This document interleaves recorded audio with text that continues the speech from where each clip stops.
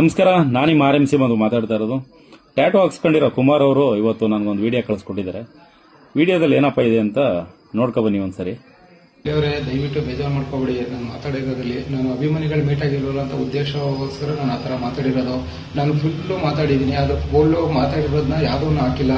ಸ್ವಲ್ಪ ಕ್ಲಿಪ್ ಮಾಡಿಕೊಂಡು ಅದನ್ನು ಹಾಕ್ಬಿಟ್ಟು ಇವತ್ತು ಅದನ್ನು ನೆಗೆಟಿವ್ ಮಾಡ್ತಾ ಇದ್ದಾರೆ. ನಾನು ಮಾತಾಡಿರೋ ರೀತಿನೇ ಬೇರೆ, ಅಲ್ಲಿ ಆಗ್ತಿರೋ ರೀತಿನೇ ಬೇರೆ, ಮಾಡಿರೋದು ಬೇರೆ. ದಯವಿಟ್ಟು ಬೇಜಾರು ಮಾಡ್ಕೊಂಬಿಡಿ. ಅಭಿಮಾನಿಗಳು ಮೀಟ್ ಆಗಿರೋಲ್ಲ ಅಂತ ಒಂದೇ ಒಂದು ಉದ್ದೇಶಕ್ಕೋಸ್ಕರ ನಾನು ಆ ಥರ ಹೇಳಿರೋದು. ನೀವೆಲ್ಲ ದೊಡ್ಡವ್ರು ಮೀಟ್ ಮಾಡ್ತಾ ಇದ್ದೀರಾ, ಅಂಥವ್ರನ್ನೆಲ್ಲ ಬಿಟ್ಬಿಟ್ಟು ಅಭಿಮಾನಿಗಳು ಮೀಟ್ ಆಗಿ ಅಂತ ನಾನು ಹೇಳಿರೋದು. ಅದರಲ್ಲಿ ಅದನ್ನು ಯಾವುದೂ ಹಾಕಿಲ್ಲ ಅವರು. ಬರೀ ನಾನು ಬೇರೆ ಥರ ಮಾತಾಡಿರೋದನ್ನ ಹಾಕಿದ್ದಾರೆ ಅವರು. ದಯವಿಟ್ಟು ಬೇಜಾರು ಮಾಡ್ಕೊಂಬೇಡಿ.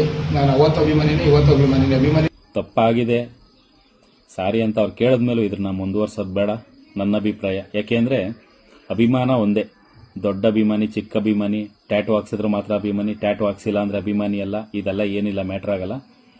ಬೇಡ, ಇನ್ನು ಮುಂದೆ ಇಂಥ ಕಾಂಟ್ರವರ್ಸಿ ವಿಡಿಯೋಗಳು ಮಾಡೋದು ಬೇಡ. ಎಲ್ಲೋ ಒಂದ್ ಕಡೆ ಯಾರೋ ವ್ಯಕ್ತಿನ ತೇಜೋವಧೆ ಮಾಡ್ಕೊಂಡು ನಾವೆಲ್ಲೋ ಗಿಲ್ಲಿನ ಬಿಟ್ಕೊಟ್ಬಿಡ್ತಾ ಇದೀವೇನೋ ಅನ್ಸುತ್ತೆ. ಅದಕ್ಕೋಸ್ಕರ ನಾವು ಗಿಲ್ಲಿ ಮೇಲಿರೋ ಅಭಿಮಾನ, ಗಿಲ್ಲಿ ಮೇಲಿರೋ ಪ್ರೀತಿನ ಕಾಪಾಡ್ಕೋಬೇಕು ಅಂದ್ರೆ ಇಂಥ ಕಾಂಟ್ರವರ್ಸಿ ವಿಡಿಯೋಗಳನ್ನ ಮಾಡೋದು ಬೇಡ. ಅವ್ರ ಕ್ಷಮೆನೂ ಕೇಳಾಗೈತೆ. ನಾವು ಆದಷ್ಟು ಬುದ್ಧಿನೂ ಹೇಳಿದೀವಿ. ಇನ್ಯಾವುದೇ ಮೀಡಿಯಾ ಮುಂದೆ ಆ ಥರ ಎಲ್ಲೂ ಬಂದು ಮಾತಾಡಲ್ಲ ಅವರು. ದಯವಿಟ್ಟು ಇಂಥ ವಿಡಿಯೋಗಳನ್ನ ಆದಷ್ಟು ಅವಾಯ್ಡ್ ಮಾಡಿ ಎಲ್ಲರೂ. ಕುಮಾರ್ ಅವರೇ, ನಿಮಗೂ ಒಳ್ಳೇದಾಗ್ಲಿ.